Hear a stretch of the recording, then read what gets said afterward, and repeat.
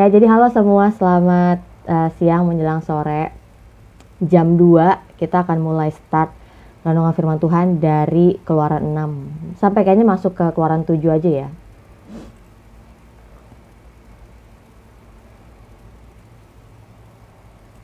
Ya, jadi kita lagi bahas kitab Keluaran. Kemarin itu kita masuk ke Keluaran 6 1 ayat 12. Ayat yang pertama ayat 12. Nah, menariknya adalah firman Tuhan tuh kan sudah dinyatakan ya. Perkataan Tuhan sudah dinyatakan kepada Musa. Ya kan? Dalam melakukan misinya, Musa dibantu sama Harun. Ya, kalau ini pentingnya kita tuh baca firman Tuhan berurutan ya, nggak comot-comot, nggak cocok-cocokologi gitu ya. Baca berurutan aja. Ketika kita baca dari pasal pertama, ya semenjak hari pertama saya bagiin renungan dari kitab Keluaran, dan sampai hari kita udah masuk ke Keluaran 6, kita lihat bahwa perkataan Allah tuh jelas. Allah ingin menyelamatkan. Allah udah tahu setelah bangsa Israel keluar dari Mesir, Allah akan pimpin mereka kemana. Dan apa alasan Allah untuk menyelamatkan mereka, udah jelas itu semuanya. Oke? Tapi ketika ya Musa dan Harun pergi ke Firaun untuk menyampaikan perkataannya Tuhan tentang Israel supaya dibebaskan dari Mesir, apa yang terjadi? Apa yang terjadi? Justru bangsa Israel ngalamin penderitaan ya. Penderitaan pekerjaan yang lebih berat lagi daripada sebelumnya, karena bangsa Israel menjadi budak di Mesir dan orang Mesir menjadi pemimpin mereka yang memberikan pekerjaan yang berat.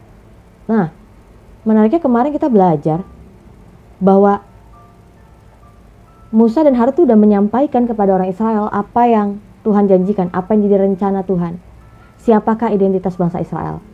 Tapi firman Tuhan mencatat di Keluaran 6 ayat yang ke-8, tetapi mereka tidak mendengarkan Musa karena mereka putus asa dan karena perbudakan yang berat itu.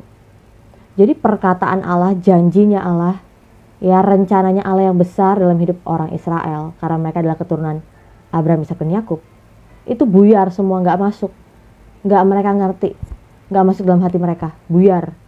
Karena fokus mereka terlalu berat ini penderitaannya. Aduh, udah putus asa ini, penderitaan terlalu berat. Padahal janji Allah tuh jelas, dan yang mengatakan tuh Allah. Ketika Allah berfirman, pasti jadi. Nggak ada yang gagal. Meskipun kelihatannya seperti tertunda, tapi pasti jadi. Tapi semua janji rencana Allah yang luar biasa itu nggak masuk di pikiran bangsa Israel. Kenapa? Fokus mereka hanya melihat kepada penderitaan. Keadaan mereka telah dibilangnya ya, membutakan mereka dari apa yang jadi rencana Tuhan. Jadi menarik ya, apa yang dialami oleh bangsa Israel ini juga masih terjadi sama kita. Karena kita terlalu berfokus kepada apa yang kelihatan, penderitaan. Kita jadi putus asa. Kita lupa semua apa yang Tuhan janjikan, kita lupa semua rencana Tuhan, bahkan identitas kita. Di hadapan Tuhan tuh kita nggak ingat-ingat itu. Kenapa? Terlalu susah Tuhan. Ini sekarang keadaannya terlalu berat. Sepertinya Tuhan nggak menolong, sepertinya Tuhan nggak ada, gitu ya.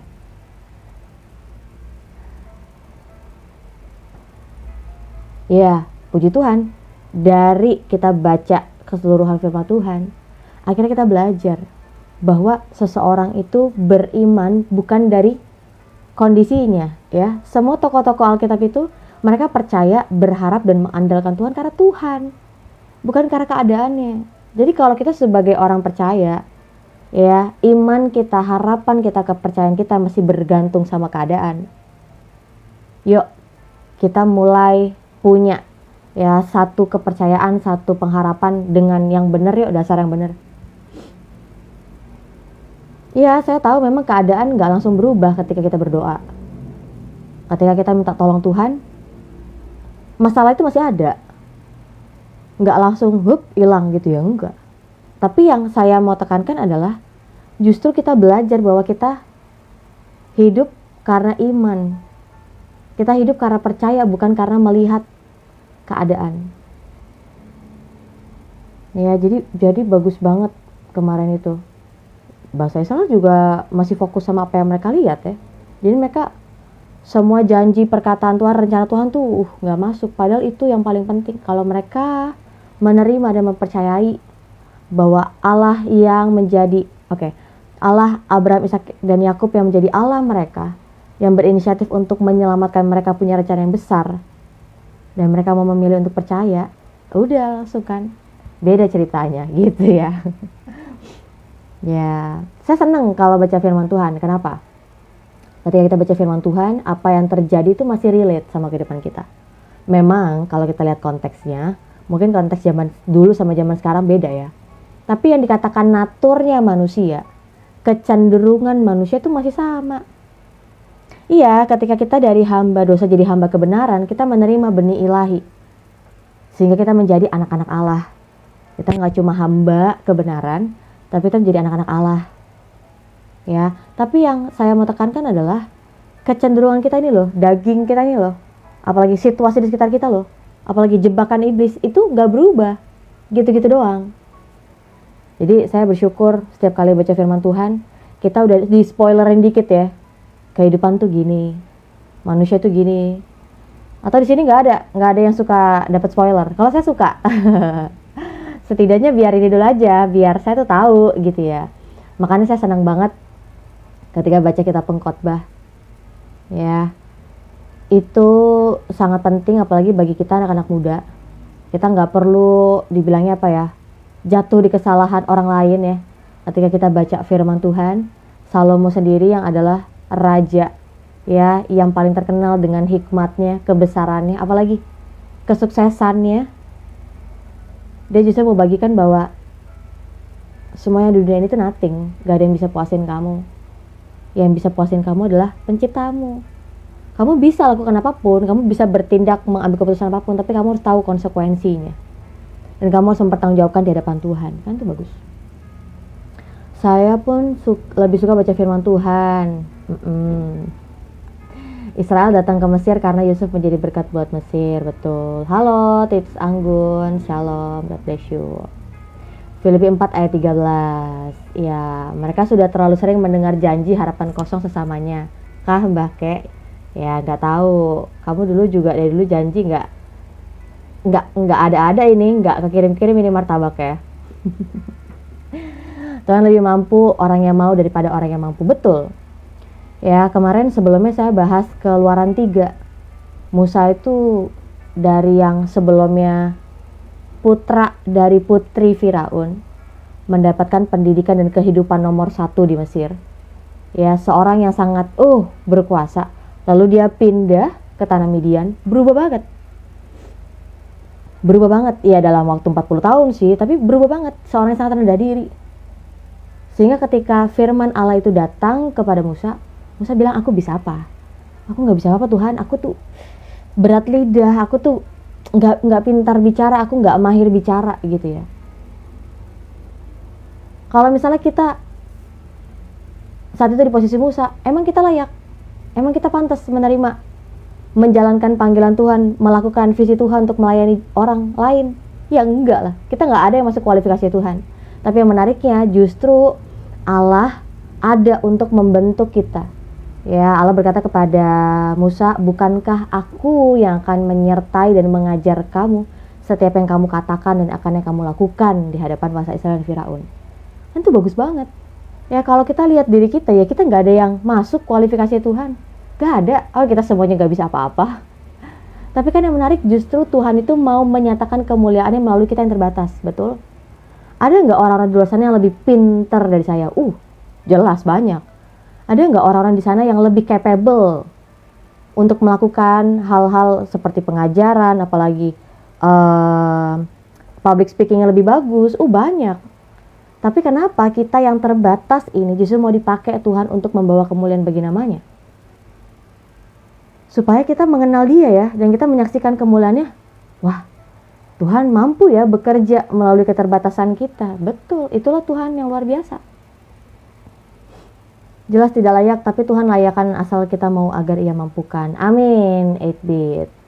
Ya kiamat di sebelah kali emang lagi ada ada ininya ya.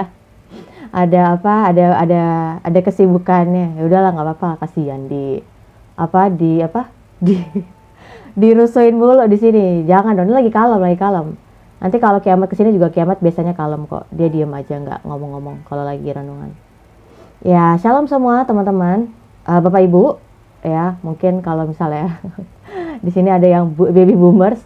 Shalom semua. Hari ini kita mau bahas renungan firman Tuhan dari kitab Keluaran pasal 6.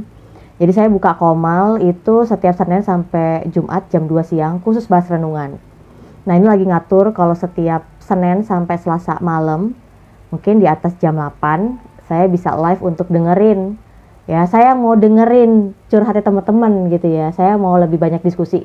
Jadi kalau nanti di sesi malam, Senin Selasa jam 8 malam, teman-teman semua bisa lebih interaktif, ngomong di atas. Tapi sekali lagi tujuannya adalah untuk berbagi ya, bukan untuk berdebat gitu. Diskusi aja gitu. Nah, kita berdoa sebelum kita mulai. Kita berdoa. Tuhan, bersyukur bahwa penyertaan Tuhan tuh gak pernah ada habisnya dalam hidup kami. Dan semakin kami baca firman Tuhan, kami justru semakin mengenal Engkau dan kami semakin menyaksikan bahwa kemuliaan Tuhan itu luar biasa banget dinyatakan dalam hidup kami.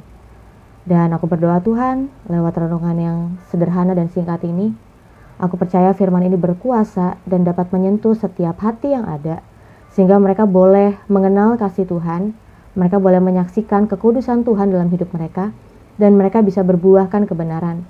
Karena ada begitu banyak orang yang udah banyak tahu, bahkan udah ahli tentang firman Tuhan. Tapi aku merindukan Tuhan, makin banyak orang yang melakukan firman Tuhan, yang hidup dari firman Tuhan. Terima kasih, berkat melimpah Tuhan dalam kehidupan kami, dalam Tuhan Yesus. Amin. Ya, shalom semua. Kita mau baca, kemarin kita baru sampai Keluaran 6 ayat pertama sampai 12. Kita mau bahas lanjut ya, keseluruhan pasal 6. Ayat yang ke-13. Keluaran 6 ayat 13. Inilah para kepala kaum keluarga mereka, anak-anak Ruben, anak sulung Israel, Henok, Palu, Hezron, dan Karmi. Itulah kaum-kaum Ruben. Anak-anak Simeon, Yemuel, Yamin, Ohad, Yakin, Zohar, dan Saul, anak seorang perempuan Kanaan. Itulah kaum-kaum Simeon. Inilah nama anak-anak Lewi menurut urutan kelahirannya, Gerson, Kehat, dan Merari. Umur Lewi 137 tahun. Anak-anak Gerson, Libni, dan Simei menurut kaum mereka. Anak-anak Kehat, Amram, Yizar, Hebron, dan Uziel. Umur Kehat 133 tahun. Anak-anak Merari, Mahli, dan Musi, itulah kaum-kaum Lewi menurut urutannya. Dan Amram mengambil Yokebed, saudara ayahnya, menjadi istrinya. Dan perempuan ini melahirkan Harun dan Musa baginya. Umur Amram 137 tahun. Anak-anak Yizar, Korah, Nefek, dan Zikri. Anak-anak Uziel, Misael, Elsafan, dan Sitri. Dan Harun mengambil Eliseba, anak perempuan Aminadab, anak saudara perempuan Nahason, menjadi istrinya. Dan perempuan ini melahirkan baginya Nadab, Abihu, Eleazar, dan Itamar. Anak-anak Korah, Asir, Elkana, dan Abiasaf, itulah kaum-kaum orang Korah. Eleazar, anak Harun, mengambil salah seorang anak perempuan Putiel menjadi istrinya, dan perempuan ini melahirkan Pinehas baginya. Itulah para kepala kaum keluarga orang Lewi menurut kaum mereka. Itulah Harun dan Musa yang diperintahkan Tuhan, bawalah orang Israel keluar dari tanah Mesir menurut pasukan mereka. Mereka lah yang berbicara kepada Firaun, Raja Mesir, supaya mereka membawa orang Israel keluar dari Mesir. Itulah Musa dan Harun. Pada waktu Tuhan berfirman kepada Musa di tanah Mesir, Tuhan berfirman kepadanya, Akulah Tuhan, katakanlah kepada Firaun, Raja Mesir, segala yang kufirmankan kepadamu. Tetapi Musa berkata di depan Tuhan, Bukankah aku ini seorang yang tidak peta lidahnya? Bagaimanakah mungkin Firaun akan mendengarkan aku? Saya tahu kalau kita bahas tentang silsilah, beberapa orang kayak, buat apa kita baca silsilah gitu ya. Tapi bagi bangsa Israel itu sangat penting karena berkaitan dengan sejarah. Ya, sehingga menunjukkan bahwa ya firman Tuhan kita ini berdasarkan sejarah, bisa dicek kebenarannya gitu ya. Nah, jadi ini urutan dari anak-anak Yakub yang ada di Mesir ya. Nah, kalau kita lihat ada beberapa nama yang familiar ya. Ada Nadab Abihu, ya kan, ada Korah, apalagi ada tadi Pinehas yang kita akan baca nanti di kitab-kitab selanjutnya, dan kitab ini juga gitu ya. Oh, ada lagi yang namanya Lewi ya. Ini kan belum ada pembagian ya. Imam Lewi apa kan gitu, itu belum ada. Itu nanti di depan. Nah, jadi mau saya baca lagi nih ulang dari ayat yang ke-25. Itulah Harun dan Musa yang diperintahkan Tuhan, bawalah orang Israel keluar dari tanah Mesir menurut pasukan mereka. Ketika Tuhan berfirman di ayat 8, akulah Tuhan, katakanlah kepada Firaun raja Mesir segala yang kufirmankan kepadamu. Tapi responnya Musa adalah, bukankah aku ini seorang yang tidak petah lidahnya?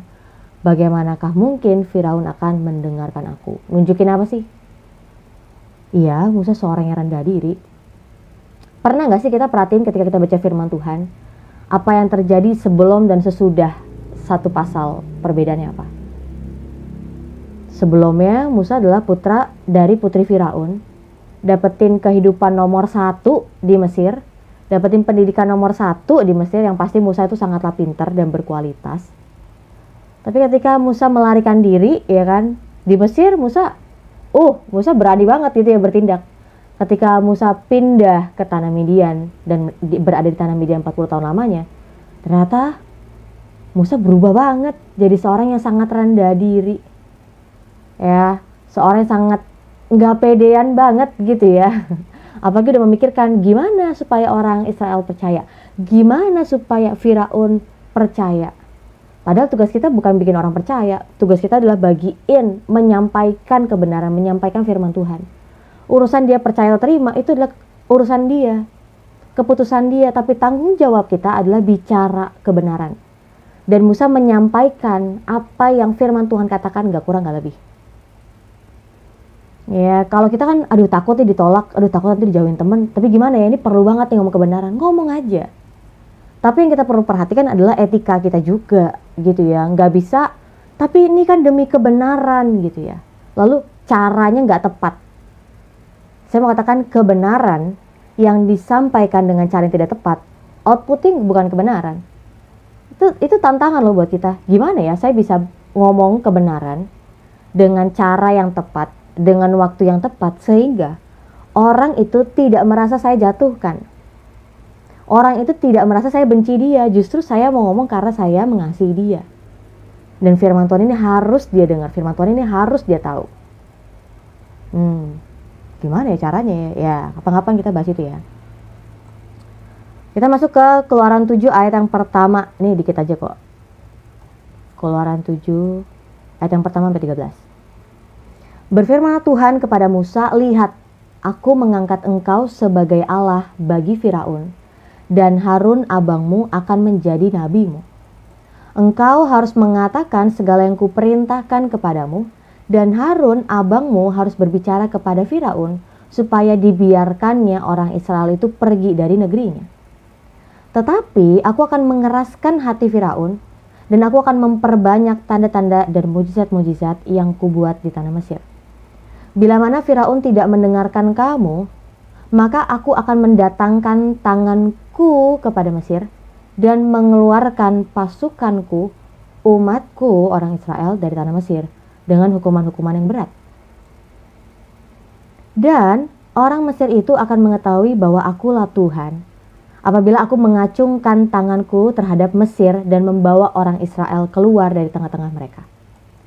Demikianlah diperbuat Musa dan Harun seperti yang diperintahkan Tuhan kepada mereka, demikianlah diperbuat mereka.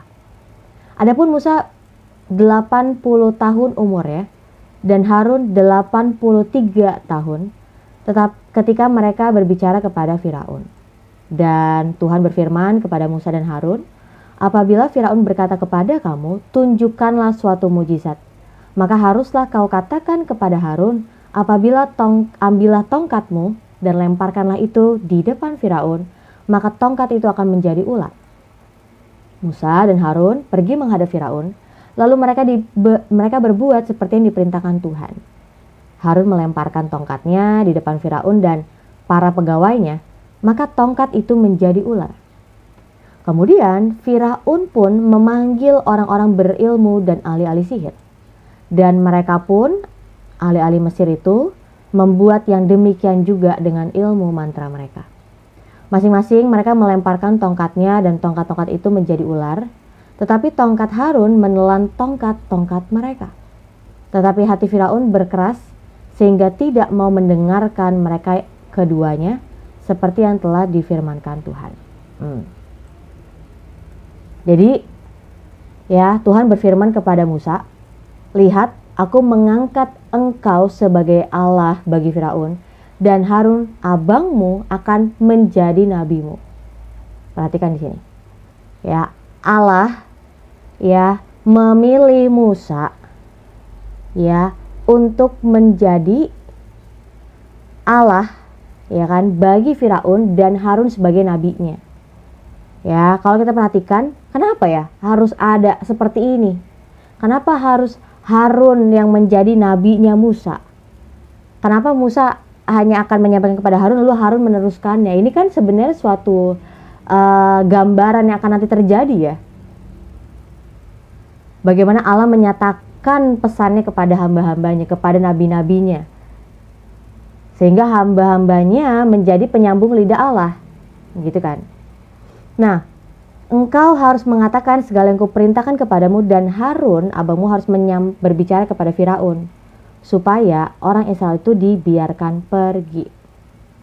Tapi Tuhan bilang apa? Aku akan mengeraskan nih hati Firaun. Buat apa?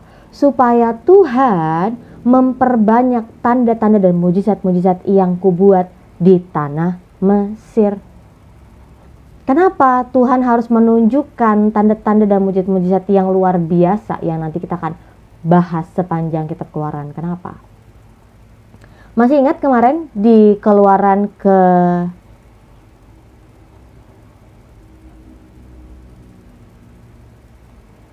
ketiga atau keempat tuh?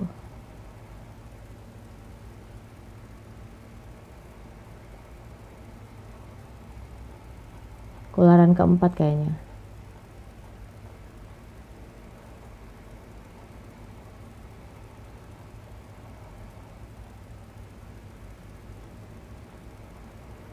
Enggak, Keluaran ketiga deh.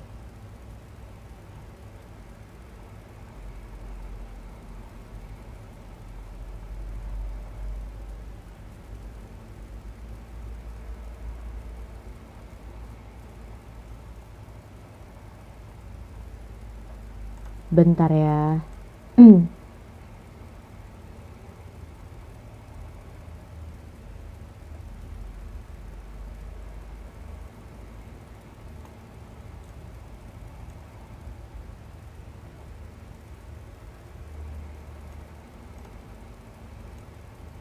Jadi sebelumnya kan kita di renungan yang sebelumnya kita kan tahu bahwa Allah udah mengatakan kepada Musa bahwa ya Allah sudah menyatakan dirinya kepada Abraham, Ishak dan Yakub. Tapi Allah ingin menunjukkan kebesarannya kepada keturunannya Abraham, Ishak dan Yakub, yaitu orang Israel. Lewat apa? Ya nanti kita bahas sepanjang apa yang terjadi di Mesir.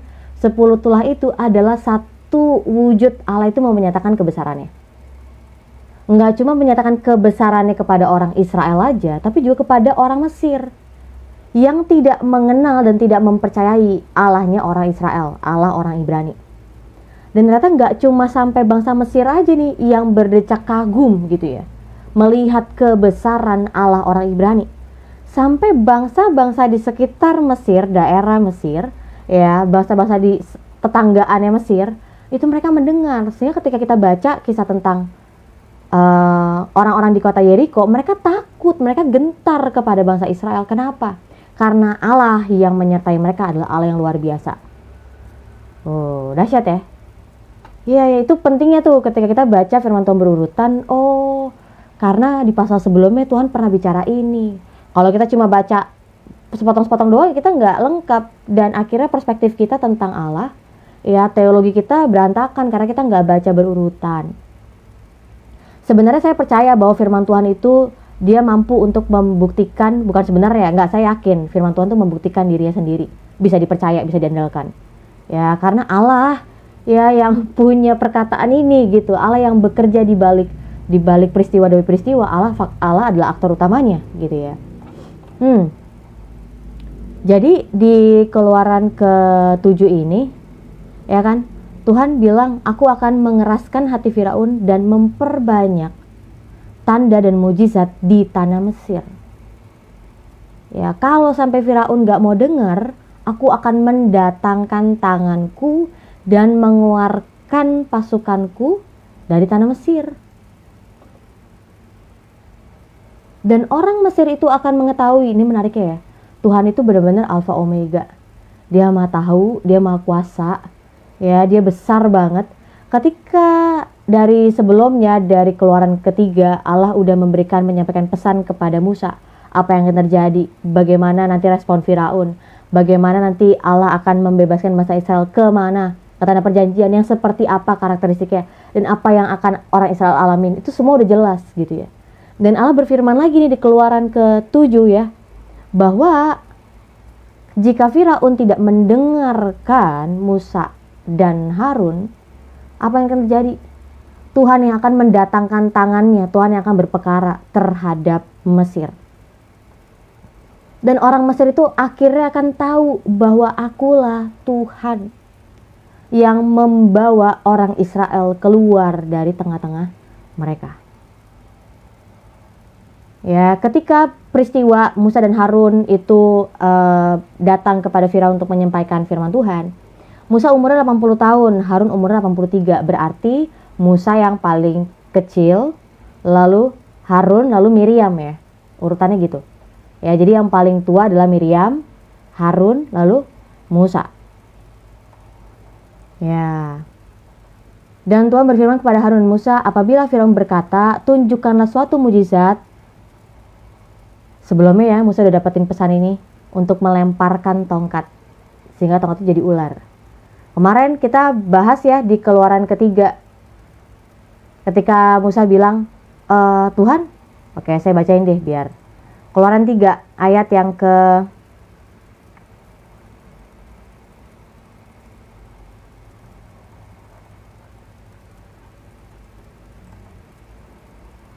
Keluaran 4 ayat yang pertama ayat kedua. Lalu saut Musa, bagaimanakah jika mereka tidak percaya kepadaku dan tidak mendengarkan perkataanku, melainkan berkata, Tuhan tidak menampakkan diri kepadamu. Gimana nih Tuhan? Musa ngeluh gitu ya. Tuhan berfirman, apakah yang ada di tanganmu itu? Jawab Musa, tongkat. Jadi menariknya, dalam menjalani visi Allah dalam hidup kita, contohnya Musa, ya, ternyata Allah telah menyediakan apa yang Musa butuhkan. Yaitu apa? Tongkat. Ya, jadi apa yang kita miliki bisa dipakai Tuhan untuk menjadi alat kemuliaannya. Selama ini Musa 40 tahun jadi gembala, dia pegang tongkat ini, tongkat kok. Dia taruh, ya kan, dia pakai untuk mengarahkan domba-domba, kambing domba. Lalu dia lap, ya kan, terus dia taruh lagi biar nggak rusak, kan gitu. Selama ini 40 tahun dia pegang tongkat. Tapi Tuhan bilang, lemparkanlah tongkat itu ke tanah, dan seketika tongkat itu berubah jadi ular. Firman Tuhan mencatat Musa lari meninggalkannya, ngibrit. Itu beneran ular. Karena selama ini saya pegang itu tongkat. Kok Tuhan bilang lemparkanlah, tiba-tiba berubah jadi ular. Menarik ya? Selama ini Musa pegang itu tongkat, benda mati. Lalu diperintahkan oleh Tuhan untuk lemparkan ke tanah, Musa lemparkan ke tanah, jadi ular. Dan Tuhan bilang apa? Gimana cara untuk balikin ke jadi tongkatnya? Gimana? Tuhan bilang kepada Musa, ulurkanlah tanganmu dan peganglah ekornya. Musa diajarin pegang ekornya, bukan pegang kepalanya. Biarkan kamu yang mengikuti tuntunan Tuhan, biar Tuhan yang jadi kepala kita. Kita ikutin tuntunan Tuhan. Kalau kita, ya saat itu Musa pegang kepalanya, mungkin ular itu bisa balik matok dia. Tapi Tuhan yang mengajar Musa mulai dari pegang ekornya. Dan ketika Musa pegang ekornya, balik lagi, ular itu jadi tongkat seperti biasa. Selama ini dia pegang tongkat, tapi karena Tuhan berfirman dan dia lakukan, jadi ular. Dan Tuhan kasih perintah lagi mulai dari sentuh dari ekornya, lalu balik lagi jadi tongkat. Itu adalah tanda yang Tuhan kasih. Sama sekali kita tahu ini bukan karena kemampuan Musa ya. Ini Tuhan yang kasih, Tuhan yang melakukan. Ya, jadi kalau terjadi tanda-tanda ajaib dan mujizat itu karena Tuhan. Karena Tuhan. Nah, kita balik lagi ke Keluaran pasal yang ke-7. Jadi Tuhan katakan apabila, ayat yang ke-9, apabila Firaun berkata kepadamu, tunjukkanlah suatu mujizat, maka haruslah kamu katakan kepada Harun, ambillah tongkatmu dan lemparkanlah itu di depan Firaun, maka tongkat itu akan menjadi ular. Jadi ini diadakan di mana? Diadakan di depan Firaun. Nih, tongkat biasa jadi ular. Lalu responnya Firaun apa? Oh, memang kamu doang yang bisa? Ya, saya juga bisa. Firaun memanggil orang-orang berilmu dan ahli-ahli sihir. Ya, ahli-ahli Mesir itu membuat yang demikian juga dengan ilmu mantra mereka. Saya mau katakan gini. Iblis, ya, kuasa kegelapan, apalagi roh-roh jahat, ya, kerajaan gelap itu memang bisa melakukan hal-hal yang sepertinya mujizat. Tapi saya mau katakan, ya, saya mau katakan apa yang diberikan iblis itu, apa yang pertolongan, kebaikan yang kita dapatkan dari iblis, kebaikan dalam tanda kutip yang kita anggap kebaikan, itu nggak pernah secara gratis. Karena iblis selalu akan minta, menagih. Nggak bisa gratis. Makanya luar biasa gini loh, Tuhan itu udah baik banget sama kita. Ya, kita selalu belajar tentang kasihnya Tuhan yang nggak pernah berkesudahan, betul? Tuhan tuh nggak pernah menyerah dalam hidup kita, dia selalu ada untuk mengajar, menuntun kita, mengasihi kita. Tuhan tuh baik banget. Tapi kenapa kita nggak mau untuk mengikut dia? Yang kita tahu nih bahwa Tuhan adalah Maha Kasih, Maha Adil, Maha Benar, Maha Kuasa. Tapi kenapa kita malah lebih memilih sama yang KW? Yaitu si jahat, si iblis. Padahal iblis nggak pernah melakukan sesuatu yang baik dengan gratis. Karena pasti ada bayaran harga yang sangat mahal. Bukan hanya kita yang harus bayar, tapi bahkan sampai keturunan kita. Bahkan generasi di masa mendatang itu kena. Mereka harus jadi tumbalnya. Mereka kena getahnya. Kesian. Jadi menariknya ya, kalau kita lihat dari sini, Musa dan Harun ketika melemparkan tongkat jadi mujizat. Tapi ini juga bisa, orang-orang berilmu ahli sihir ini memang bisa. Tapi kita buktikan mana yang lebih berkuasa, kan gitu. Ya, mana yang lebih berkuasa? Ayat yang ke-12, mereka melemparkan tongkatnya dan tongkat-tongkat itu berarti banyak tongkatnya. Lihat ya, tongkatnya banyak, tapi Musa tongkatnya satu. Ini mereka tongkatnya banyak, karena firman Tuhan katakan tongkat-tongkat itu menjadi ular.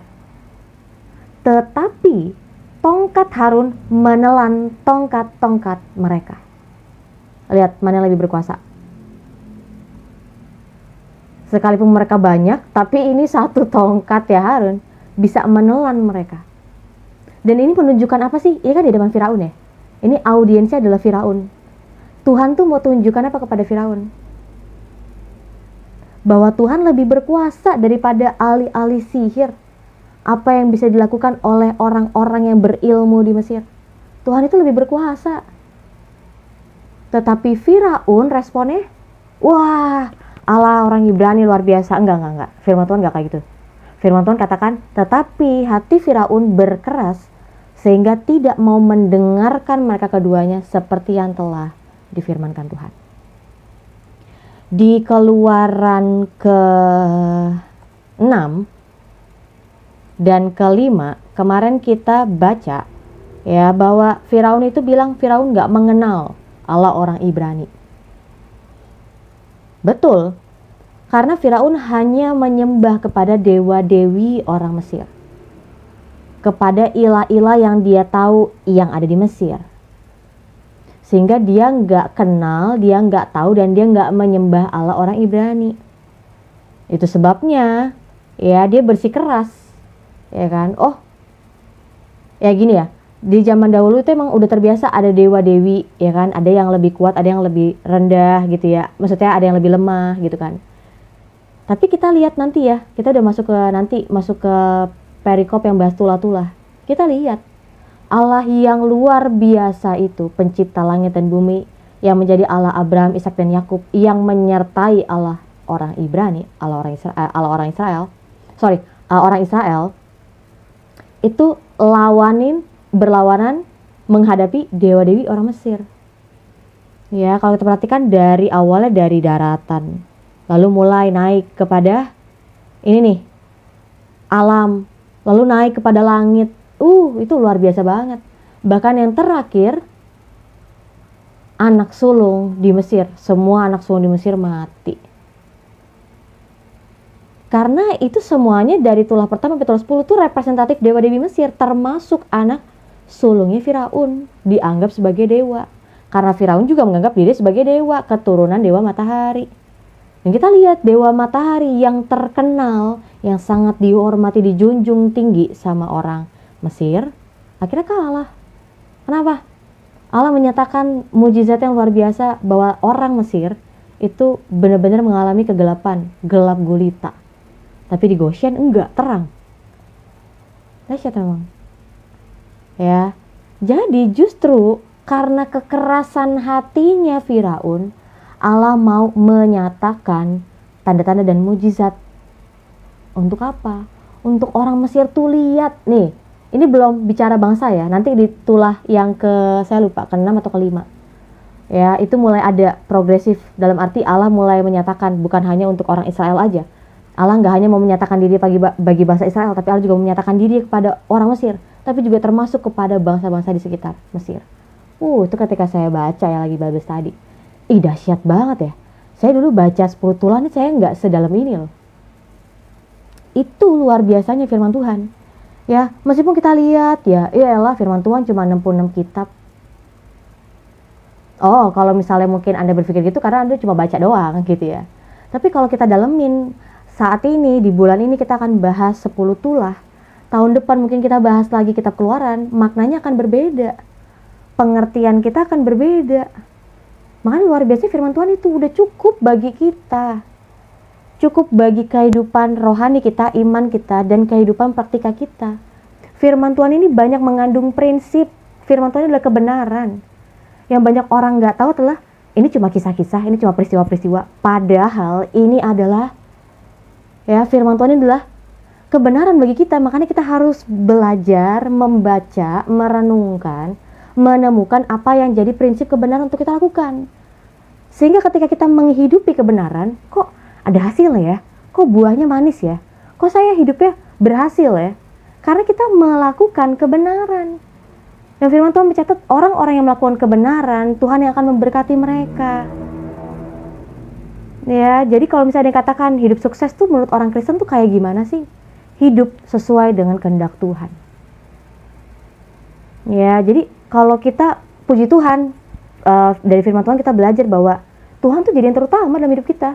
Bukan tentang uangnya kita, bukan tentang prestasi kita, bukan tentang gelar kita, pencapaian kita, bukan. Yang terutama tuh Tuhan. Makanya saya senang banget setiap kali baca firman Tuhan, kita makin kenal Tuhan, kita makin mengasihi Tuhan, apalagi kita makin juga bisa mengasihi sesama. Ya, jadi kalau ada orang yang baca firman, tapi kok justru nggak makin mengasihi Tuhan, mungkin tanda tanya, kenapa? Ada orang baca firman Tuhan, tapi hidupnya nggak mengasihi sesama, itu kenapa? Tanda tanya, kenapa? Atau selama ini cuma baca, ya baca aja, nggak merenungkan, nggak menghidupi. Sedangkan firman Tuhan ini dikasih kepada kita, diberikan untuk kita hidup dalam kebenaran. Iya dong. Banyak loh orang-orang di luar sana udah hafal, udah lebih ahli tentang firman Tuhan. Ya, termasuk mungkin di sini di Komal ini banyak yang lebih tahu tentang firman Tuhan. Tapi saya mau katakan seberapa banyak yang hadir di sini yang melakukan firman Tuhan.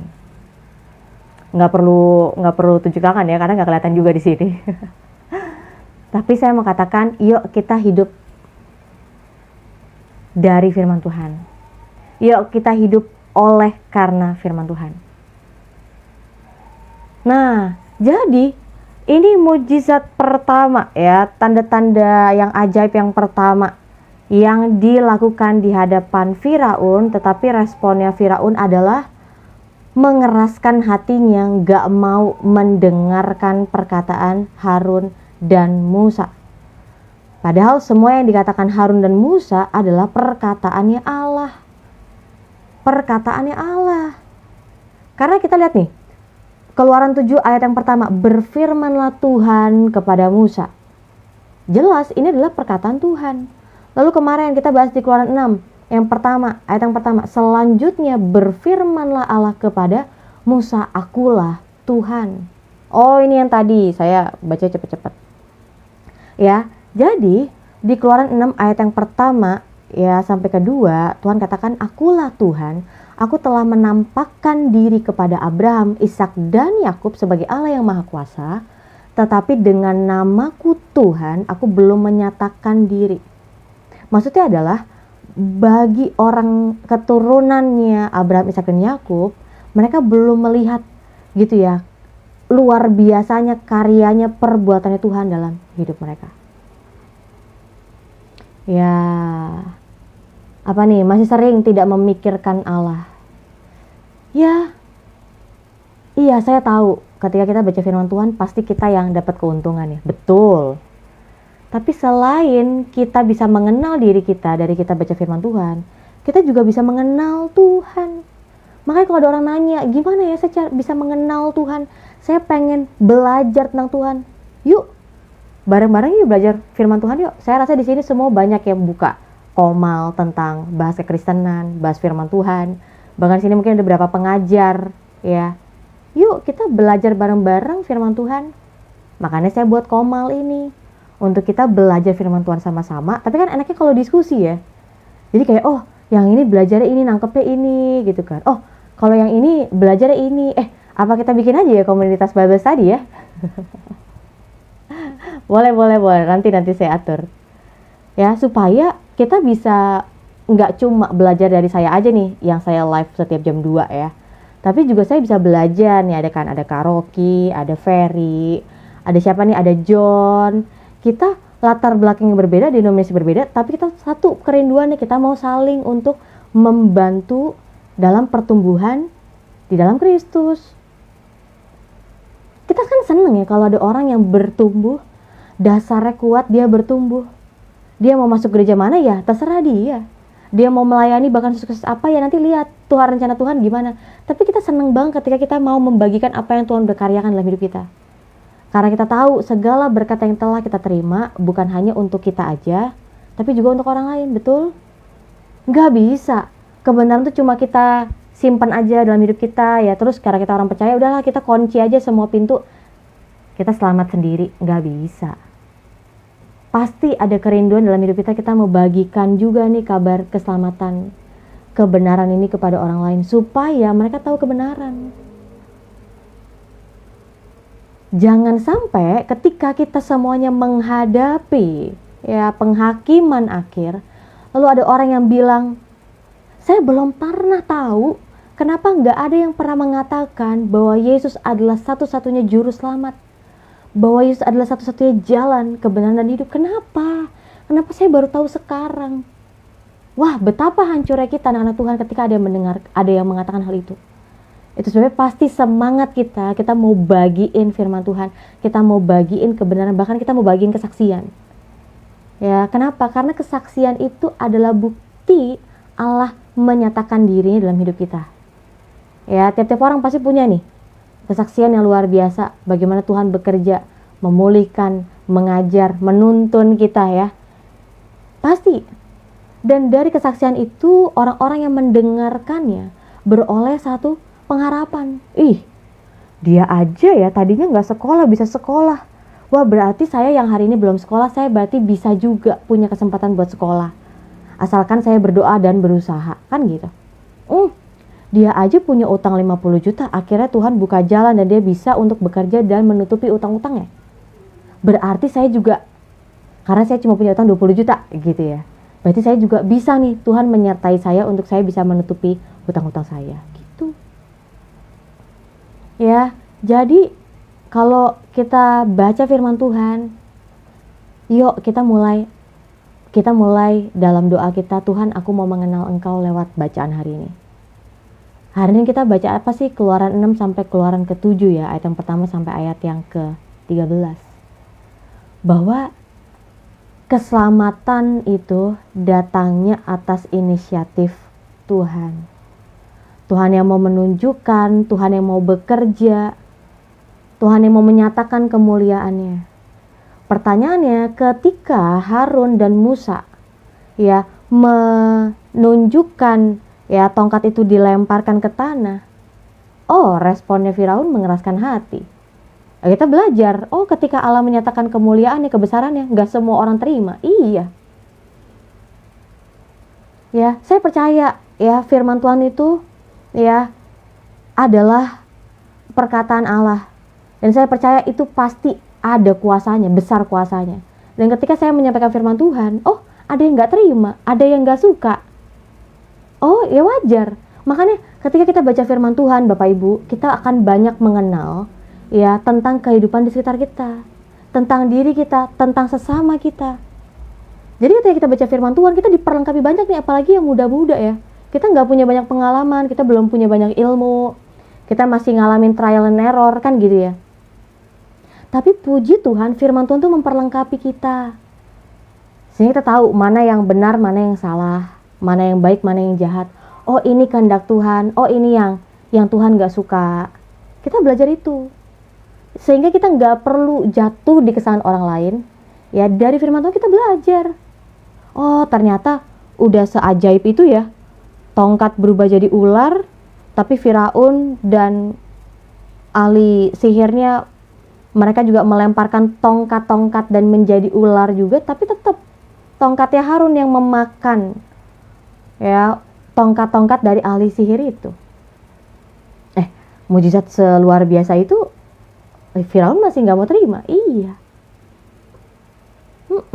Tapi menariknya adalah ketika Firaun mengeraskan hatinya, ketika Firaun menolak apa yang jadi titahnya Tuhan, perkataannya Tuhan, Tuhan berhenti nggak bekerja? Enggak. Tuhan nggak berhenti bekerja, malah Tuhan akan makin menyatakan kebesarannya. Saya mau katakan gini, sepanjang kita baca dari Keluaran yang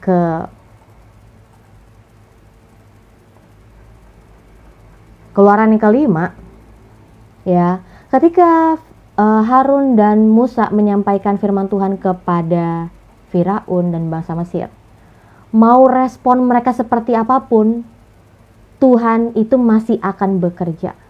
Karena perkataannya Tuhan itu tidak pernah gagal, perkataan Tuhan itu tidak pernah dibatalkan, pasti jadi.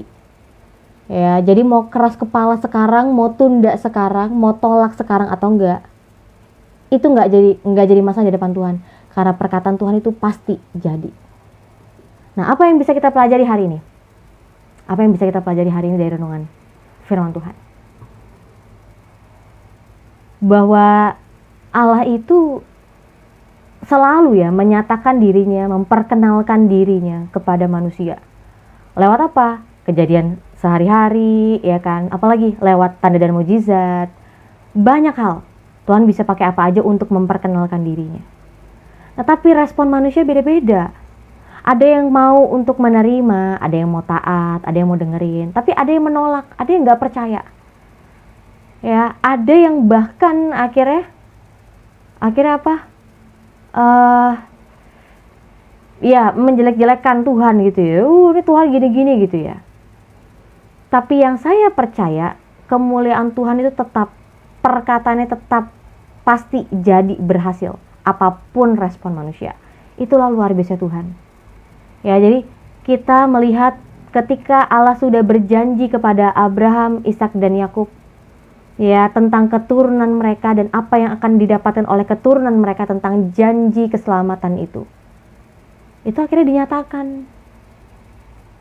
Karena Allah gak pernah lupa sama janjinya.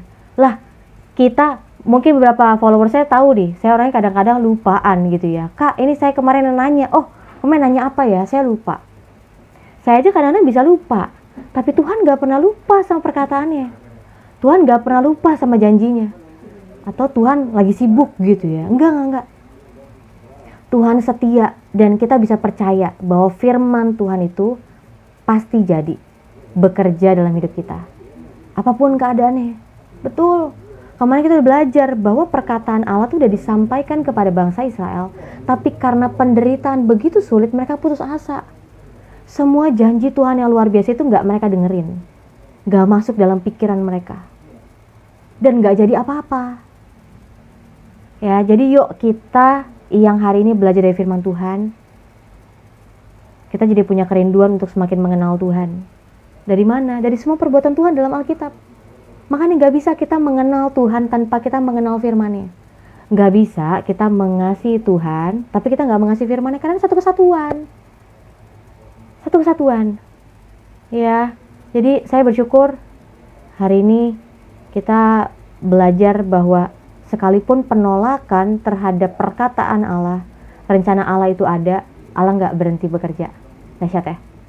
Kita aja kadang kalau ditolak orang gitu, kan niat gue udah baik, tapi kok malah diginiin sama orang itu, terus kita mundur. Udahlah, gak usah baik lagi sama orang itu, betul? Tadinya kan gue rencana tolong dia, tapi kok dia malah gak tahu diri gini. Ya udahlah, gue gak jadi tolongin dia. Kita bisa mundur dari rencana kita, tergantung kondisi, betul?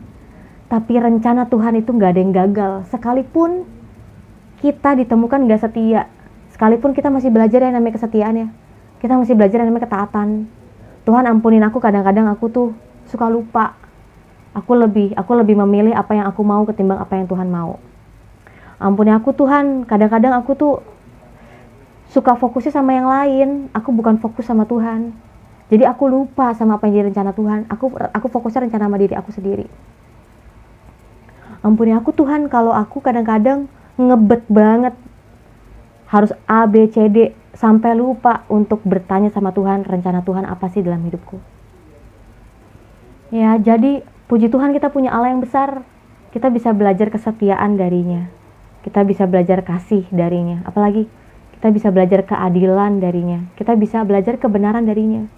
Jadi saya percaya setiap orang yang udah mengalami kasih karunia Tuhan, dia akan bisa untuk memiliki, memberikan, menyalurkan kasih karunia Tuhan kepada orang lain, sehingga dia jadi orang yang murah hati.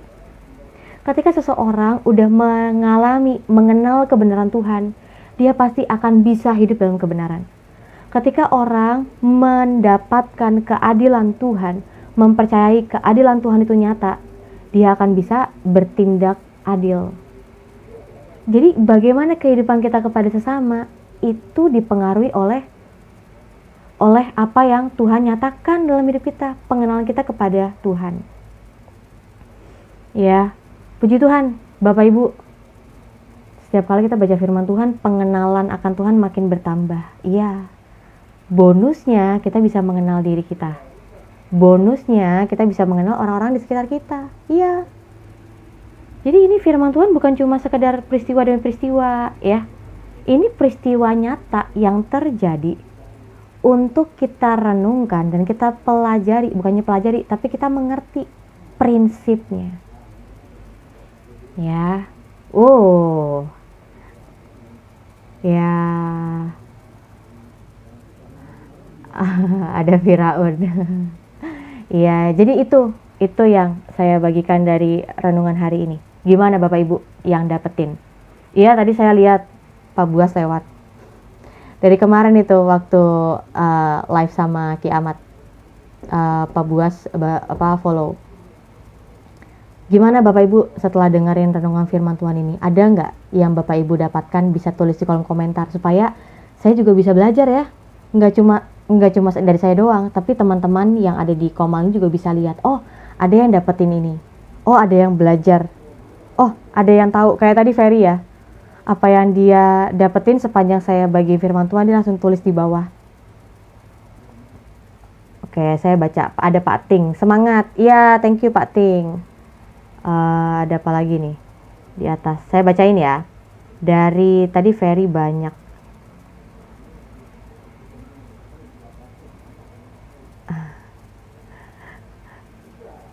Yuk kita bikin care group, boleh.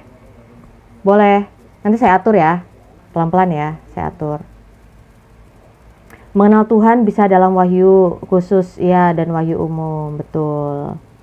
Masih sering tidak memikirkan Allah. Iya, itu sebabnya itu jadi semangat kita setiap hari ya. Ya. Apalagi hanya Allah saja yang adalah Allah, bukan ilah-ilah lain, betul. Itu menggambarkan tongkat-tongkat lain itu adalah dewa-dewi Mesir. Ya. Musa seakan besar dengan memandang dari jauh. Israel saudaranya jadi berkecil hati. Kuasa Tuhan tidak terkalahkan oleh kuasa lain. Betul. Agak nge-lag dikit. Mohon maaf ya hari ini. Jadi ini udah 3 hari. Memang saya tanya sih ke beberapa pengguna. Modem yang sama, wifi yang sama, ya memang error. Memang error. Ya, iya Pak Agus, kabar baik, puji Tuhan, shalom. Plot twistnya dari Mesir dan Firaun adalah Israel hanya budak yang kabur. Ya, nggak saya lanjutkan ya.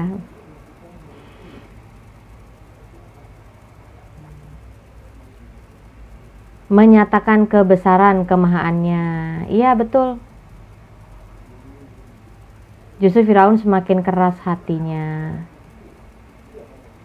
Karena Firaun pada saat itu dianggap sebagai dewa, sedangkan Musa diumpamakan sebagai Allah.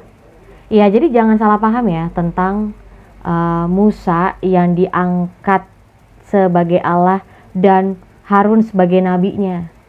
Karena firman Tuhan gak pernah mencatat Harun menyembah Musa, gak ada. Itu hanya menjadi suatu gambaran aja. Kenapa? Karena bangsa Israel itu, kita nih manusia harus melihat gambaran dulu baru kita mengerti hal yang sulit dimengerti gitu ya. Kita perlu untuk belajar hal yang familiar untuk kita mengenal hal yang gak familiar. Selesai jam berapa kemarin Kak Stella? 11:30 Kak Jingga. 11:30. Itu pun saya yang kiamat ini udah ya gitu. Kalau nggak digituin kiamatnya masih jadi ngopi enggak Kak, cuma ada yang kirim itu aja apa itu ini apa sih gift ngopi tapi nggak nyampe ngopinya, nggak 3 dimensi. Dan kebanyakan yang kirim kopi kolanya ya apa chicken cola itu ke kiamat. Ya udah gak apa-apa, rezekinya kiamat. Dari tadi bagus kok, nggak nge-lag. Oh ya, puji Tuhan.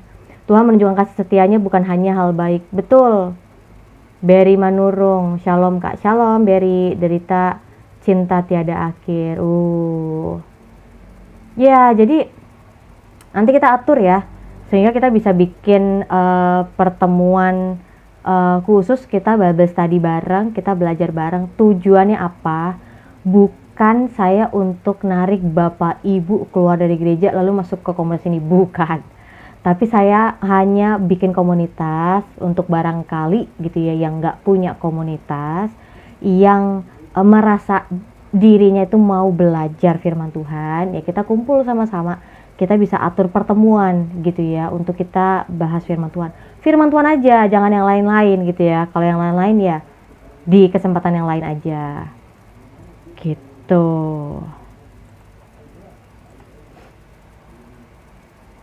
Ya, nah itu dia. Ya, nanti kita bisa atur nih, kenalan juga sama teman-teman saya semua yang biasa naik ke Komal gitu ya. Jadi bisa diskusi gitu kan dalam Bible study itu. Iya dong. Saya percaya gini ya, ketika kita tuh bisa Bible study bersama-sama, kita tuh bisa belajar hal-hal yang baru. Karena selama ini kita cuma dari perspektif kita aja ya gitu. Dan saya percaya bahwa ketika orang percaya berkumpul, kita pasti akan belajar banyak. Tapi jangan lupa bahwa kita nggak akan selamanya, ngerti ya, lingkungannya selalu terang. Kita belajar untuk kita siap keluar kan gitu. Kita bisa mengolah makanan cukup untuk kita bisa bagikan makanan yang bergizi ini, makanan rohani kepada yang lain. Ya, Berry Manurung, no comment ya. Ya, ada lagi yang mau menyampaikan. Saya punya biblical courses dengan 3 tema utama, Alive, Why Jesus, and Picture of Jesus. Nah, ini Kak Jingga punya. Ya, jadi Bapak Ibu Saya punya banyak rekan-rekan yang biasa naik Komal itu yang juga punya latar belakang beberapa dari lulusan STT, hamba Tuhan, gembala, pengajar gitu ya. Jadi mereka juga ada komunitas kayak gitu juga gitu ya.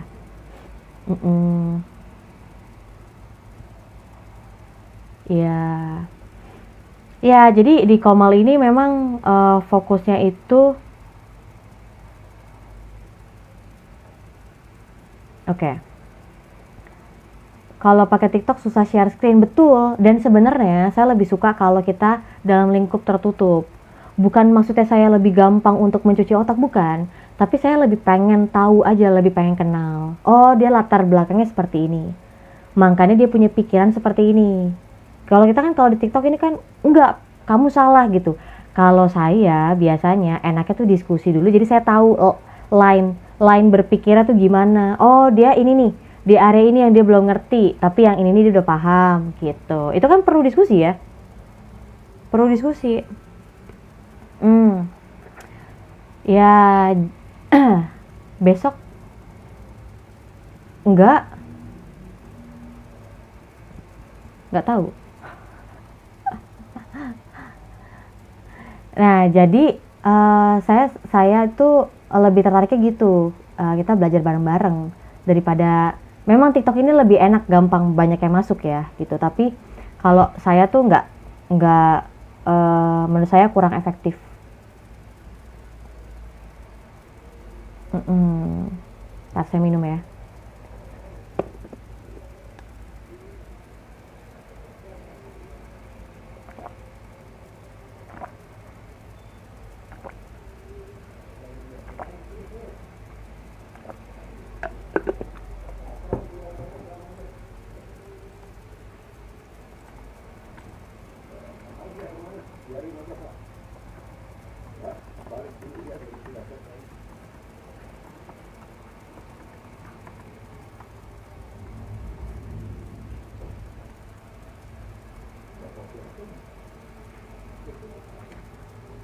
Oh, windshield blower. Iya iya iya, oke oke. Mas tadi saya bingung. Saya aja nggak tahu itu green lake apa. Ada something yang aku dapat tadi, tapi kalau di chat nggak bisa panjang ya, haha. Nggak apa-apa, ditungguin. Ini juga baru jam 3 kok.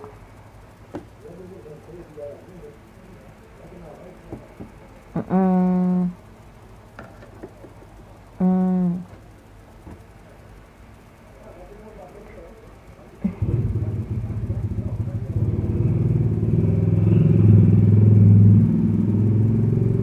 Aku lagi bahas ini Kak Jingga, Keluaran 6 ayat 13 sampai selesai sampai 7 ayat yang pertama sampai ke berapa tadi 13. Mm-mm. Jadi bicara ini aja sih, apa dari tongkat itu aja Firaun masih mengeraskan hatinya. Padahal udah jelas ya tongkatnya Harun yang memakan tongkat-tongkatnya si ali-ali Mesir itu, ali-ali nujum itu gitu ya. Tapi tetap Firaun mengeraskan hatinya. Dan apakah rencana, apalagi visinya Tuhan, apalagi ya rencana keselamatan itu berakhir karena penolakan? Tidak. Segala sesuatu tidak sebuah kebetulan, betul. Bentar ya. Ada tujuan dari Tuhan. Bentar ya, saya pause dulu.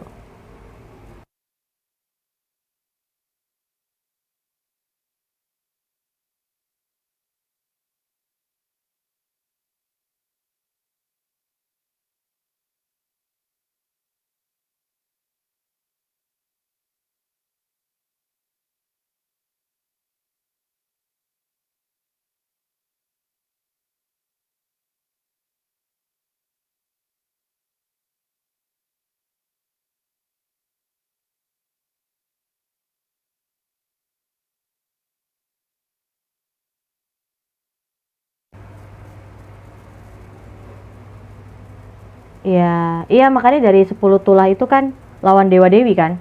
Ada Osiris, ada Isis. Iya ya namanya ya. Tongkat yang menghukum Firaun, tongkat yang sama dipakai untuk menyelamatkan Israel. Ya. Saya waktu itu pernah juga bikin VT-nya tuh, perbandingan dewa-dewi Mesir itu dalam 10 tulah. Dan dewa-dewinya apa aja. Bentar ya, saya masih ada nggak catatannya.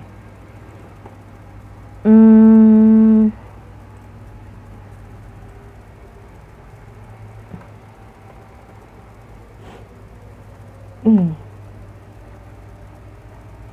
di kitab Keluaran.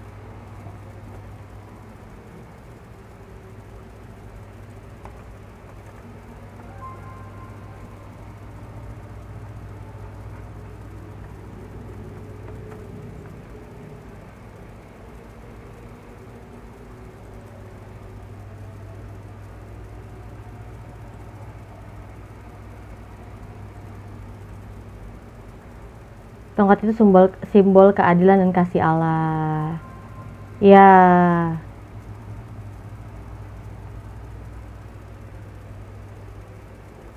Jadi memang seperti yang kemarin itu sempat dibahas ya sama Kiamat.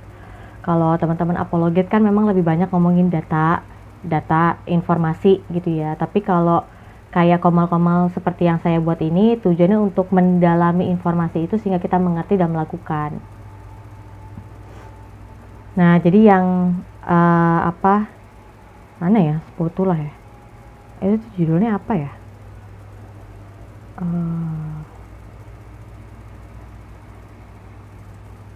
Karena kan kita nggak mau hanya sekedar tahu ya. Oke, kita tahu informasi bagus, menuntun kita pada kebenaran. Tapi setelah itu apa ya, kan gitu. Belum lagi kalau kita mengerti ayat ini konteksnya apa, kaitan sama ayat yang lain, kenapa Paulus bicara yang lain, bicara tentang iman di sini kayak gini, iman di sana, kaitannya apa kan gitu ya. Mana ya? Itu tuh apa sih judul?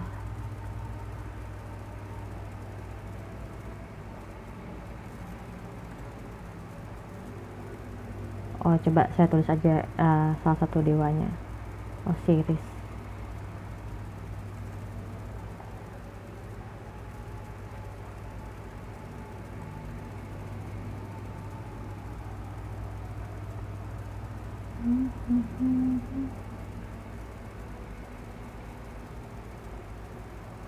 Iya, jadi kan ada tuh dewa Mesir, sebenarnya banyak ya, tinggal cari aja ya. Kalau apa nama-nama dewanya banyak. Jadi makanya ada Khnum, penjaga sungai, Hapi, roh dari sungai Nil gitu kan. Osiris Nil adalah aliran darahnya gitu kan. Lalu nanti ada lagi dewa kodok ya kalau nggak salah. Apa waktu itu saya nggak save ya. Ya begitulah, sebenarnya banyak banget catatan sejarah tentang dewa-dewi Mesir itu.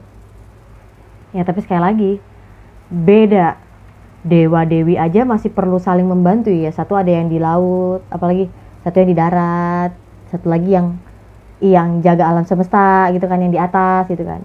Tapi Allah Abraham, Ishak dan Yakub yang kita juga sembah satu, lawan semuanya dari bawah sampai ke atas kan gitu ya. Dan hanya Allah aja yang mampu menyatakan kemenangan. Ya betul. Sebenarnya kita nih ya orang Kristen, ya kita yang lagi baca Alkitab nggak apa-apa tahu kita dalamin. Maksudnya kita membandingkan sama catatan-catatan sejarah. Tapi ya kalau menurut saya catatan sejarah itu cuma jadi secondary aja. Yang primernya, yang primernya, yang utamanya adalah firman Tuhan. Iya, Dewa 19 gak ada di sana, belum lahir. Iya, belum ada. Iya. Sedangkan Yesus mengeluarkan dari perbudakan dosa. Musa adalah tipologi. Iya, apa yang terjadi terhadap bangsa Israel ini tipologi. Bagaimana Tuhan yang menebus, bukan hanya menebus tapi membebaskan, membawa mereka kepada tanah perjanjian. Gitu. Shalom semua ya teman-teman yang baru join. Ini kita baru aja selesai bahas renungan dari Keluaran ke-7. Dan ya udah selesai sih sebenarnya. Tadi juga udah banyak yang berbagi ya tentang kebesaran Tuhan. Iya, jadi kalau misalnya kita pernah nggak sih teman-teman bertanya, oke, Tuhan itu besar. Besarnya kayak apa sih?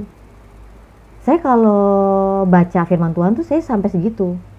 Oke, jadi pemazmur katakan Allah itu besar. Iya, besarnya sebesar apa? Ada ukurannya nggak? Besarnya tuh saya bisa untuk mengenalinya nggak? Kalau Allah itu besar, saya bisa menyaksikan kebesarannya nggak? Gitu. Jadi ketika saya Babes tadi sendiri, saya benar-benar sampai mendalami ke situ gitu ya. Saya nanya semuanya. Dan luar biasanya ya, ketika kita semakin mendalami firman Tuhan, kita semakin banyak dapetin berkat rohani itu. Ya, iya memang saya orangnya tuh lebih suka riset. Ya, dalemin ribet banget, saya memang suka dengan semua keribetan yang di sini. Tapi akhirnya Tuhan menuntun saya lebih banyak harus untuk membagikan yang sederhana. Ya, beberapa orang nyebutnya praktisi ya, tapi sebenarnya saya sebagai seorang yang mendorong orang untuk yuk ngerti yuk, hal yang sederhana ini dilakukan yuk, gitu. Jadi memang Ferry, apa yang Allah nyatakan dalam perjanjian lama itu semuanya itu sebuah tipologi. Kenapa? Supaya ya kita yang baca tahu, oh ini peristiwa yang sederhana yang familiar, untuk mengerti kebenaran yang datangnya dari Allah itu yang tidak familiar gitu. Contohnya misalnya makanya Yesus kan kasih perumpamaan ya, terus perumpamaannya berkaitan sama budayanya orang Israel, supaya orang Israel tuh lihat, oh jadi kerajaan Allah itu seumpama, kerajaan Allah itu seperti, karena mereka nggak bisa untuk ngerti kerajaan Allah itu seperti apa, karena kan itu terlalu dalam dan terlalu besar ya, rahasia itu, misteri itu ya, contohnya gitu.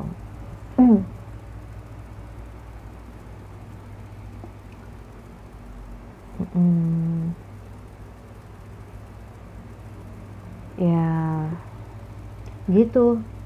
Jadi menariknya kalau kita lihat dari sisi pendidikan ya, pengajarannya Allah tuh, makanya Yesus mengambil rupa manusia menjadi seorang hamba, ya kan? Itu tuh maknanya dalam banget kalau dalam dunia pendidikan ya, bahwa dia yang udah sempurna, dia mau menurunkan, merendahkan dirinya, dibilangnya dia mau turunin levelnya untuk dia bisa mencapai level kita yang paling terendah, dan dia pakai bahasa kita, bahasa manusia. Itu luar biasa banget, suatu wujud kerendahan hatinya untuk kita bisa mengenal kebenaran. Ya, jadi saya juga mempersiapkan diri saya ketika saya bagiin firman Tuhan. Saya nggak bisa pakai kata-kata yang sulit. Buat apa? Orang-orang cuma tahu kata-kata sulit, bahasa-bahasa sulit, sebutan-sebutan teologi, buat apa? Orang tuh harus mengerti, orang harus melakukan. Itu yang menjadi kerinduan saya.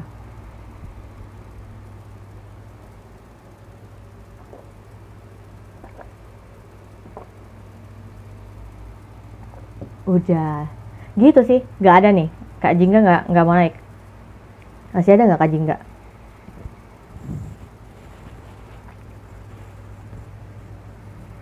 Masih ada nggak Kak Jingga? Oh tuh masih ada, nih ada KB juga. Mau naik gak? Aku invite aja. KB mungkin lagi gawe nih. Ini saya naikin yang biasa saya hadir di Komale juga.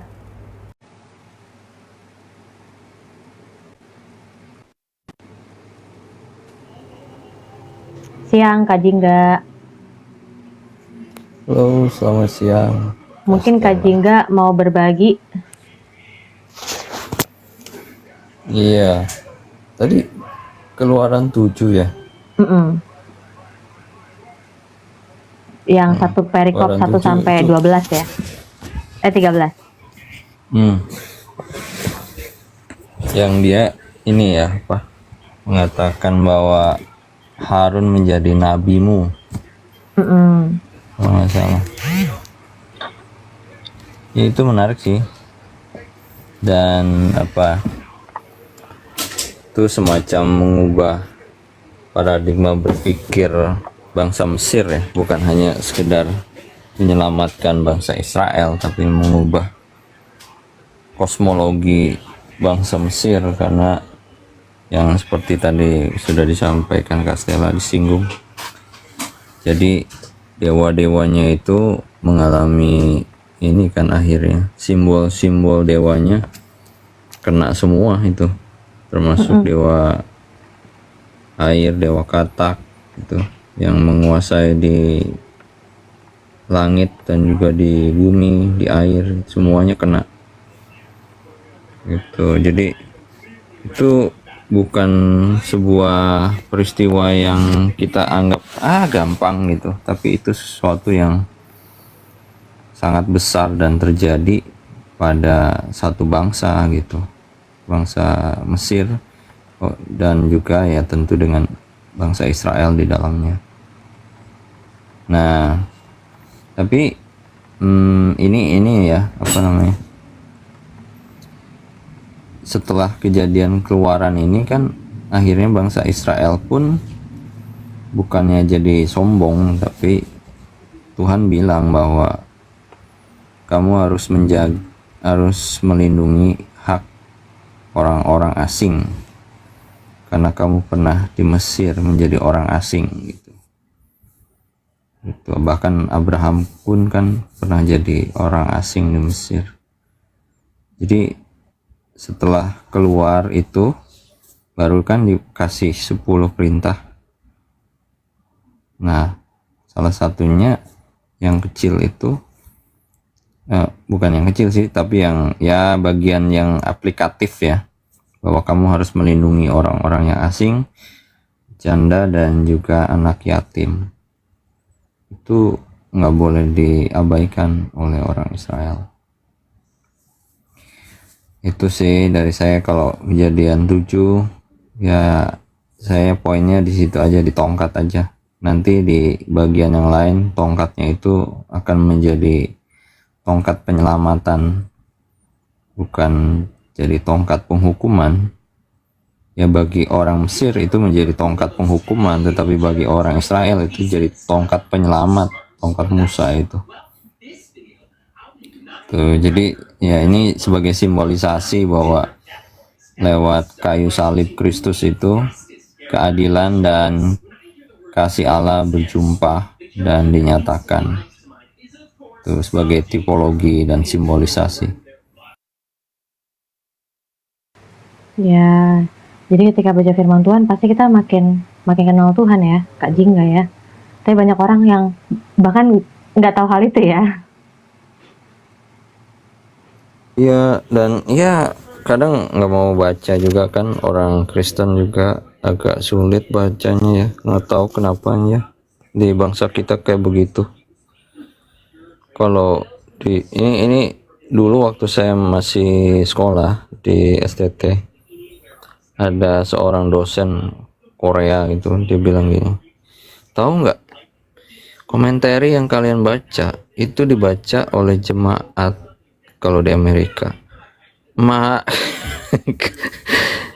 Jemaat baca komentari itu. Jadi ya ampun, saking apa namanya bentuk budaya membaca mereka sangat tinggi gitu. Jadi kalau kita kan harus ke STT dulu baru baca komentari, mereka nggak perlu ke STT udah baca komentari. Kalau saya malah Kak Jingga ke orang awam, saya tuh nggak rekomendasikan komentari gitu ya. Karena apa? Karena membatasi kamu untuk mengerti sampai kedalaman. Jadi maksudnya saya biasanya dorong orang, kamu dalamin sendiri dulu, kamu lihat dari konteks dan segala macam, baru nanti mulai kamu membandingkan yang ke sekundernya, maksudnya yang keduanya baru kamu mulai membandingkan. Gitu. Jadi langsung saya mau Matthew Henry aja langsung semua lihat, enggak, jangan. Nah, saya waktu itu pernah juga ngelihatnya Kak Jingga di satu gereja di luar negeri, karena semua jemaatnya itu S2 S3. Jadi mereka punya standar gembalanya tuh harus profesor. Kalau S1 gak bisa. Kalau S1 gak bisa, luar biasa. Iya, jadi beda levelnya kan literasinya dengan kita. Kadang saya mikir, ya ampun, jauh ya berarti gitu. Itu ya sekitar 10 tahun yang lalu loh, waktu saya masih kuliah. Ada yang ngomong gitu. sayangnya itu gimana ya cara membudayakan, gimana tuh Kak Stella, membudayakan baca itu gimana itu? Membudayakan baca ya, apalagi kan konteksnya kita berhadapannya sama orang dewasa ya, bukan untuk anak-anak.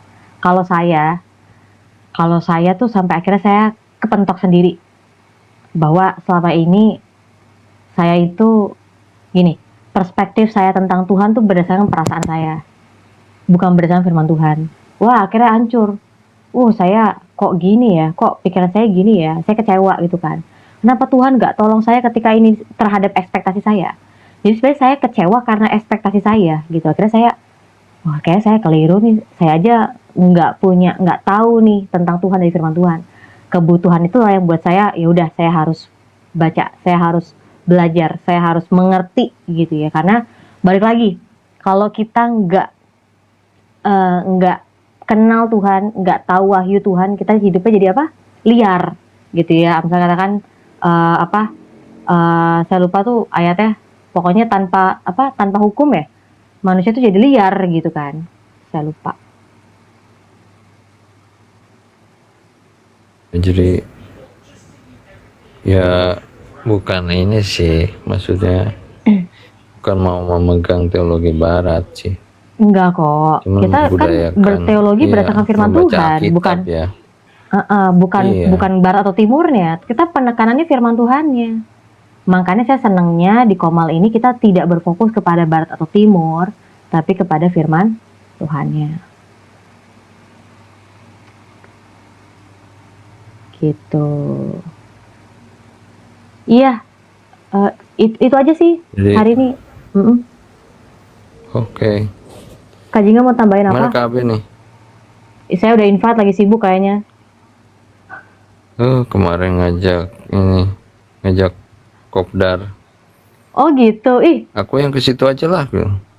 nggak ngajak-ngajak. Aku bilang aku yang ke situ aja lah. Dia sibuk bikin sibuk di warungnya itu.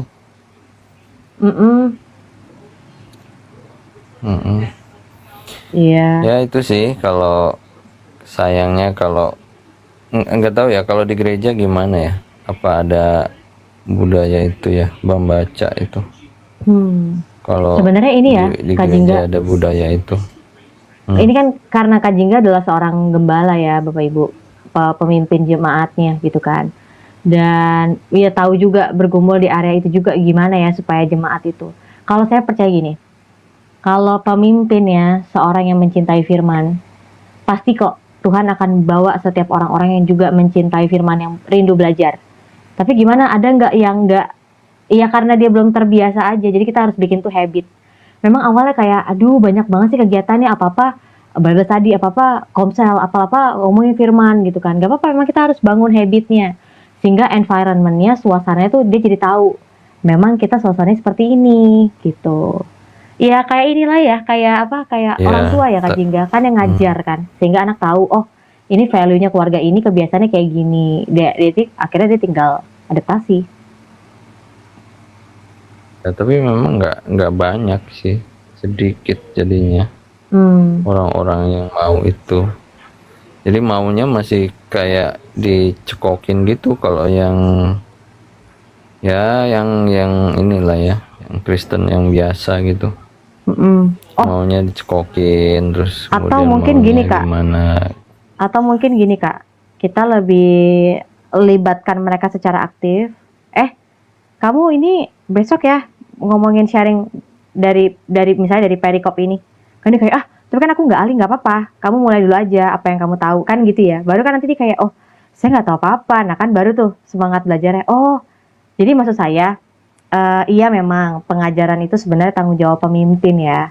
Tapi maksud saya ketika kita libatkan mereka, kamu hari ini kesaksian dari atau sharing dari ini ya, nanti kamu bacain perikop ini ya, kan gitu. Kamu bisa bagikan apa yang kamu mengerti gitu. Jadi ketika kita libatkan mereka dan mereka tahu, oh saya ada perannya juga ya. Ada kayak punya rasa kepemilikan di grup itu, saya ternyata punya dampak juga ya. Dan ketika mereka menilai diri mereka tuh begitu berharga, mereka akhirnya, oh yaudah deh. Gimana Kak Jingga? Nah, itu juga bisa jadi kayak semacam ya Bible study yang ini ya. Kalau itu bagi yang sudah mungkin dewasa rohani gitu. Dalam arti kita bisa tanya bagaimana pendapatmu untuk tentang bagian ini dan lain sebagainya. Bisa. Itu juga bisa. Diajak untuk apa, baca juga, baca perikop. Hati-hati. Ya, Ya memang seringkali keenakan kan kalau misalnya kita masuk ke gereja tertentu itu nggak terlalu banyak membaca, ada yang membacanya kuat gitu, ada yang kecil sedikit, jadi tapi bicara ya firman jelas tuh, iya Kak Jingga, sorry kepotong. Terus Kak Jingga, ya. Kalau misalnya baca yang lain bisa kan, kenapa baca firman Tuhan nggak bisa kan, itu pertanyaan. ya, jadi menurut saya gini loh, bukan tentang kita suka baca atau enggak. Kalau kita percaya firman Tuhan adalah perkataan Allah, dan kita tahu Allah itu penting dalam hidup kita, suka nggak suka kita harus baca. Ngerti nggak ngerti, kelihatannya kayak nggak enak ya, kayak gue dipaksain untuk ngerti nggak ngerti. Enggak, tapi itu bukti kesetiaan kita, komitmen kita, karena percaya itu bicara tentang komitmen. Ya, bicara tentang kesetiaan. Kali Jadi kalau misalnya dia bilang, ya udah Kak, saya sulit mengerti, ya udah ayo dong kita belajar ya, kita bikin komunitas yuk, kan gitu ya. Ya, ya, nantilah jadi saya coba harus atur. harus ditanamkan juga. Jadi ketika apa seorang hamba Tuhan khotbah itu, yuk cek lagi ke Alkitab gitu, Ya, untuk cek ulang gitu, jangan hanya sekedar nerima itu. ya, betul. Itu yang penting. Apalagi Kalau misalnya sekarang, salah kan bahaya. apalagi sekarang kan bisa baca Alkitab lewat mana aja ya, Kak Jingga. Kalau dulu kan kayak masih ada keterbatasan ya. Kalau yang baca hanya orang tertentu, yang bisa untuk ngajarkan orang tertentu. Sekarang kan semuanya udah dapat akses. Memang gitu kadang. Kalau udah kasih kebebasan bisa dikit, nanya Mbah Google. mm-mm,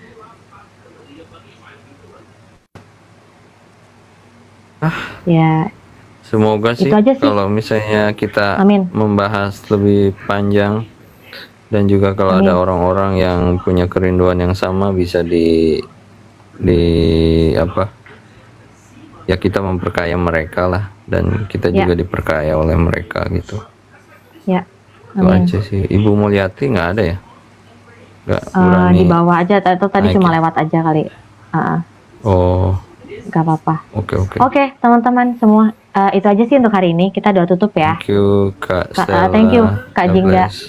God bless. Ya. Semoga Ya. ada momen lagi untuk dengan kiamat. Siap, biar bisa Oke, belajar bareng-bareng bye. ya. Iya. Oke, Kak Jingga. Ya, Kita berdoa bersama ya untuk menutup renungan hari ini. Tuhan, aku bersyukur bahwa hari ini kami dapat melihat Tuhan udah melakukan mujizat melalui tongkat Harun itu, dan ternyata responnya Firaun tetap kekeh untuk menolak mentaati Engkau. Dan biarlah kami belajar dari Firaun dan kami nggak melakukan hal yang sama. Tapi karena kami percaya bahwa Allah kami adalah kebenaran, sehingga apapun yang Allah perkatakan, apapun yang rencana Allah adalah iya dan amin dalam hidup kami. Kami percaya kebesaran-Mu nyata Tuhan, tidak ada satupun yang dapat menggagalkan rencana dan firman-Mu dalam hidup kami. Terima kasih dalam Tuhan Yesus. Amin. Amin. Thank you semua teman-teman, Bapak Ibu yang hadir nih sampai menit ke terakhir.